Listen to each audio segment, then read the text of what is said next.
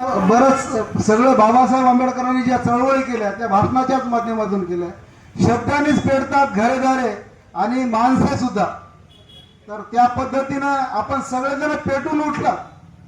आणि या ठिकाणी ही जी चिंतन बैठक आहे, या बैठकीचे अध्यक्ष आमचे चिखलीकरजी बरेच आहे, तिथं सगळे म्हणजे आरक्षण विरोधी कृती समितीचे पद. आणि हा मोर्चा महाराष्ट्रामध्ये निश्चितच महामोर्चा होणार आहे, मोठा होणार आहे.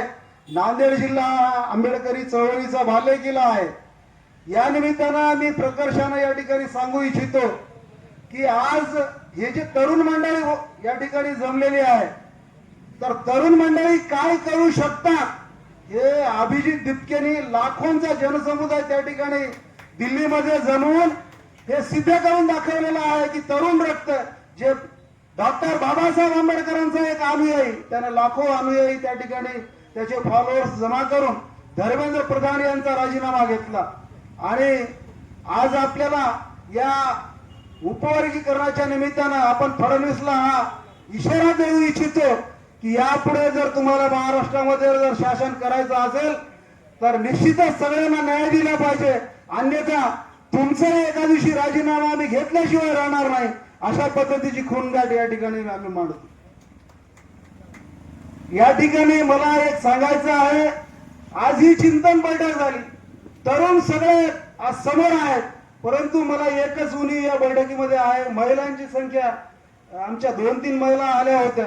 मला निश्चित खात्री आहे हे आंबेडकर नगर आहे, आमचं देगाव चौक आहे, भैयासाहेब आंबेडकर नगर आहे, ह्या सगळे लढाऊ वार्ड आहेत. आणि ज्या ज्या वेळी आंबेडकरी चळवळीचं एखादं आंदोलन उभं राहतं तर आमचा हा जो समाज आहे कुठल्याही पद्धतीनं मागे राहणार नाही.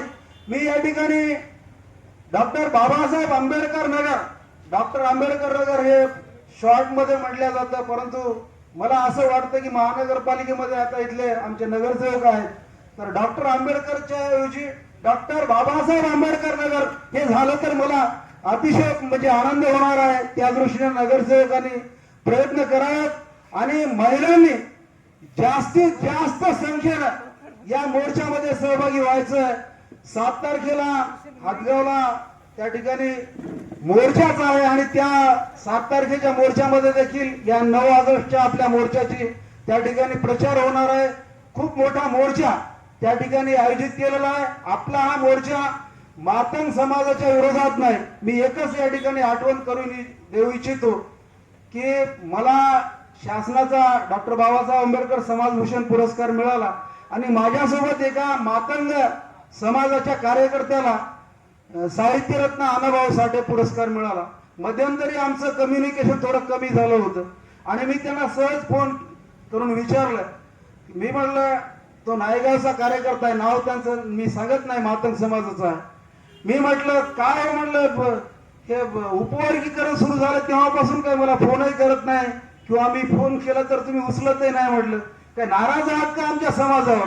तर तो म्हणाला ढगे साहेब हे उपवर्गीकरण आहे म्हणलंय, हे फडणवीस सरकार जाहीर करेल आणि नंतर मागे घेईल म्हणले. फक्त त्यांचा हेतू आहे मातंग आणि बौद्ध समाजामध्ये दरी निर्माण करण्याचा आणि त्या दृष्टिकोनातून हे लोक हे जे सरकार आहे फडणवीस सरकार यांना या ठिकाणी अनुसूचित जातीच्या या वर्ग समूहामध्ये फूट पाडायचे आहे आणि कुठलंही काही होणार नाही म्हणे, सगळं जसं जैसे तेच आहे राहील, फक्त यांना हे फोडाफोडी करून त्यांची राजनीती त्यांना सिद्ध करायची आहे. आणि माझा काही रोष नाही तुमच्या समाजावर म्हणे, मी डॉक्टर बाबासाहेब आंबेडकरांना माझ्या हृदयातून मी त्यांना मानतो, परंतु या भाजप शासनाची आहे जो उपवर्गीकरण करायला निघालेला आहे, तेव्हा या निमित्तानं मी सगळ्यांना या ठिकाणी आमच्या ज्या संयोजन समिती आहे याला एक सूचना करू इच्छितो की आपली बॅनरबाजी झालेली आहे, सोशल मीडियावर प्रसिद्ध म्हणजे खूप प्रचार देखील झालेला आहे आणि मोठा मोर्चा देखील महामोर्चा होणार असला तरी जे आंबेडकरी वस्त्या आहेत त्यामध्ये आपण लाऊडस्पीकर फिरवून मोर्चाच्या संबंधाने जाहिरात करावी अशा पद्धतीची सूचना या ठिकाणी मी करतो. आणि जास्त वेळ आपला मी घेतला याबद्दल आपल्या सर्वांची या ठिकाणी क्षमा मागतो. आणि गब्बर सोनवणेने खरंच गब्बर सिंगासारखं काम केलेलं आहे. या ठिकाणी त्यांचं मी अभिनंदन करतो आणि इथेच थांबतो. जय भीम, जय संविधान.